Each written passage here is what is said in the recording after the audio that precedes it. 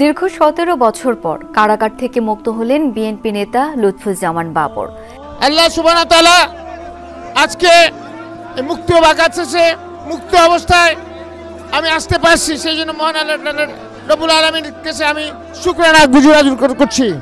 আসসালামু আলাইকুম দর্শক, নতুন একটি সংবাদে আপনাকে স্বাগত। প্রিয় দর্শক, আপনাদের জন্য এত কষ্ট করে নিউজ কালেক্ট করি, কেন আপনারা ভিডিওতে লাইক করেন না, কেন আপনারা ভিডিওটি শেষ পর্যন্ত দেখেন না, কেন আপনারা কমেন্ট করেন না? অবশ্যই ভিডিওটি শেষ পর্যন্ত দেখবেন, লাইক কমেন্ট শেয়ার অ্যান্ড চ্যানেলে নতুন হলে অবশ্যই চ্যানেলটি সাবস্ক্রাইব করবেন। চলেন আমরা বিস্তারিত নিউজগুলো ভিডিও থেকে জেনে নেই। দীর্ঘ ১৭ বছর পর কারাগার থেকে মুক্ত হলেন বিএনপি নেতা লুৎফুজ্জামান বাবর। সাবেক স্বরাষ্ট্র প্রতিমন্ত্রী ও নেত্রকোনার সাবেক এমপিকে বরণ করে নিতে ঢাকা কেন্দ্রীয় কারাগারের সামনে জড়ো হন হাজার হাজার নেতাকর্মী। দুপুর ২টায় জেল থেকে বেরিয়ে যান বিএনপির প্রতিষ্ঠাতা জিয়াউর রহমানের সমাধিতে শ্রদ্ধা জানাতে। সেখানে তিনি জীবন থেকে হারিয়ে যাওয়া ১৭ বছরের জন্য বিচার চান। এখন তো জীবাণুদের থেকে বাঁচালে সারাদিনকে বাঁচাবে, ডেটল বাঁচাবে। ডেটল দেয় জীবাণুর বিরুদ্ধে ১২ ঘন্টার সুরক্ষা বলয়। সুরক্ষার বিশ্বাস থাকুক দিনভর। ১৭ বছরে পাল্টে যায় অনেক কিছু। আতুর ঘরের শিশুটি হয়ে যায় তরুণ, একজন তরুণ চলে যায় বার্ধক্যের দুয়ারে। ফুলের মালা গলায় জড়ানো মানুষটিরও জেলখানায় কেটে গেছে ১৭টি বছর। মাথায় চুলের ক্রিম লাগানো, চোখে দামি চশমা আর চাকচিক্যময় শার্ট পাঞ্জাবি পরা সেই লুৎফুজ্জামান বাবরও বোধ হয় অনেক পাল্টেছেন। অন্তত সাদা চুল দাড়ির চেহারাতে সেটাই স্পষ্ট। মুক্তি পাচ্ছেন বিএনপি নেতা লুৎফুজ্জামান বাবর, এমন খবরে ভোর রাত থেকেই কেরানীগঞ্জে ঢাকা কেন্দ্রীয় কারাগারের প্রধান ফটক পরিণত হয় বিএনপি নেতাকর্মীদের জনসমাবেশে। শুধু নেত্রকোনা নয়, বাবর সমর্থকরা আসেন রাজধানীসহ বিভিন্ন এলাকা থেকে। সবার হাতেই ছিল ফুলের মালা বা তোড়া। বেলা ১১টার আগেই কারাগারে পৌঁছায় মামলা থেকে খালাসের প্রয়োজনীয় নথি। দুপুর ২টায় কারামুক্ত হন লুৎফুজ্জামান বাবর। এর পরের দৃশ্যটা নেতাকে কাছে পেয়ে কর্মীদের বরণ করে নেয়ার। মানুষের চাপে কারাগারের প্রধান ফটকের গেট ভেঙে ভেতরে রাস্তায় ঢুকে পড়েন অনেকে। উদ্দেশ্য নেতার সাথে হাত মেলানো বা শুভেচ্ছা জানানো। এ সময় অনেকেই কান্নায় ভেঙে পড়েন। আমি বাবর ভাইয়ের কাছে যে স্নেহ মায়া মমতা কারাগারে পেয়েছি, এটাই একজন তৃণমূল কর্মীর জন্য একজন নেতার কাছে প্রাপ্য। ওনাকে ফাঁসিয়ে দিয়ে ১৭টি বছর ওনার জীবন থেকে কেড়ে নিয়েছেন এবং তারপরে উনি বলেছেন যে আল্লাহর রহমত, উনি কোনো অপরাধ করেননি, উনি কোনো দোষ করেননি। এই জন্য আল্লাহ পাক সঠিক বিচার এবং সঠিক জাজমেন্ট উনি পেয়েছেন। বাবরের গাড়িবহরের সাথে পরিবারের সদস্য ও বিএনপি নেতা ইশরাক হোসেনকে দেখা যায়। কারাগার থেকে বেরিয়ে নেতাকর্মীদের বিশাল বহর নিয়ে বাবর আসেন রাজধানীতে। হানিফ ফ্লাইওভার দিয়ে এসে কারওয়ানবাজার ফার্মগেট হয়ে পৌঁছান বিএনপির প্রতিষ্ঠাতা জিয়াউর রহমানের সমাধিতে, করেন জিয়ারত। লুৎফুজ্জামান বাবর এখন থেকে ১৭ বছর আগে যখন কারাগারে যান, টকবগে যুবক ছিলেন, তাকে মিথ্যা অভিযোগে অন্যায়ভাবে রাজনৈতিক প্রতিহিংসার বশবর্তী হয়ে কারাগারে আবদ্ধ রাখা হয়েছে। ২১ আগস্ট গ্রেনেড হামলা মামলায় ১ ডিসেম্বর মৃত্যুদণ্ড থেকে খালাস পান সাবেক স্বরাষ্ট্র প্রতিমন্ত্রী বাবর। ১৮ ডিসেম্বর আরেকটি বড় মামলা, চট্টগ্রামের ১০ ট্রাক অস্ত্র চোরাচালান মামলায় ফাঁসির আদেশ থেকেও খালাস পান। এর আগে ২৩ অক্টোবর খালাস পান দুর্নীতি মামলায়। ৫ আগস্টের পর মামলা খালাস বা মামলা স্থগিত বা মামলা বাতিলের দিক দিয়ে সবচেয়ে সুবিধাজনক অবস্থানে এখন বিএনপি। ৫ আগস্টের পরই সর্বপ্রথম মুক্তি পান বিএনপি নেত্রী বেগম খালেদা জিয়া। তালিকা আরও দীর্ঘ লম্বা হচ্ছে এবং সবশেষ মুক্তি পেলেন আলোচিত এবং সমালোচিত নেতা সাবেক স্বরাষ্ট্র প্রতিমন্ত্রী লুৎফুজ্জামান বাবর। আল্লাহ সুবহানাহু ওয়া তাআলা আজকে মুক্ত বাগাচ্ছে মুক্ত অবস্থায় আমি আসতে পারছি, সেই জন্য মহান আল্লাহ রব্বুল আলামিনের কাছে আমি শুকরানা গুজার করছি।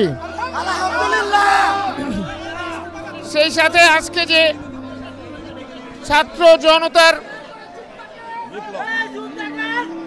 ঐতিহাসিক গণ অভ্যুত্থান, যে গণ অভ্যুত্থানের কারণে ৫ই আগস্টে আমাদের নতুনভাবে যে স্বাধীন হয়েছি, যার কারণে আজকে এই বাংলাদেশের ৮০০ মোট এই স্বৈরাচারী শেখ হাসিনা জালেম ফ্যাসিস্ট সরকার থেকে বিদায় হয়েছে।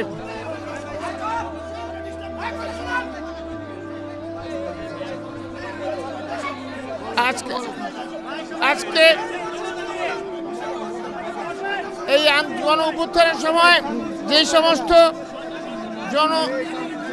ছাত্র জনতা ভাইরা বিভিন্ন আহত নিহত হয়েছেন, তাদের সকলের জন্য যারা নিহত হয়েছেন আমি আত্মার মাগফিরাত কামনা করছি এবং পাশাপাশি যারা আহত হয়েছেন তাদের সত্য আরোগ্য কামনা করছি।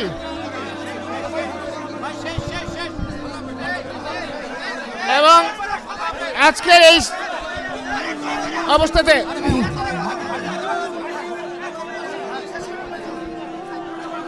আমাদের দেশনেত্রী বেগম খালেদা জিয়া আজকে উনি অসুস্থতায় উনি জেল খাটছেন উনার এই বয়সে, এবং আমাদের তারেক রহমান আমাদের অ্যাক্টিং চেয়ারম্যান তিনি আজকে 17 বছর যাবত নির্বাচিত অবস্থায় ছিলেন।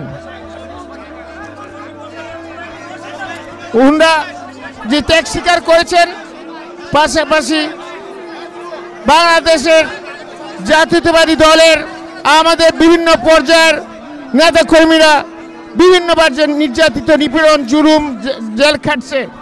আমি ছিলাম কারাগার অভ্যন্তরে, কিন্তু পুরো বাংলাদেশের 18 কোটি মানুষও বড় কারাগারের ভিতরে ছিল। আমাদের বাংলাদেশ আজকে গণতন্ত্র এবং জনগণের জন্য যে কোনো কিছু প্রয়োজন হয় সেটাই করবো ইনশাআল্লাহ তাআলা। আপনারা দোয়া করবেন, আপনারা ভালো থাকবেন ইনশাআল্লাহ তাআলা। বাংলাদেশের আমার দেশ, সবার আগে বাংলাদেশ। এই বাংলাদেশের জন্য, জনগণের জন্য, স্বাধীনতার জন্য, গণতন্ত্রের জন্য আমার যদি জীবন দিতে প্রস্তুত হয় তাও আমি দিব ইনশাআল্লাহ তাআলা। আমাদের নেত্রী বেগম খালেদা জিয়া উনার এই বয়সে উনি কারাবরণ করেছেন, অসুস্থ হয়েছেন।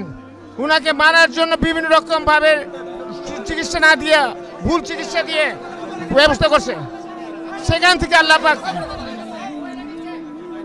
রক্ষা করছেন। আজকে উনি যদি এতক্ষণ উনার এই বয়সে কারাবরণ করতে পারেন, আমরা আরো অনেক কিছু করতে পারবো ওনার জন্য ইনশাআল্লাহ তাআলা।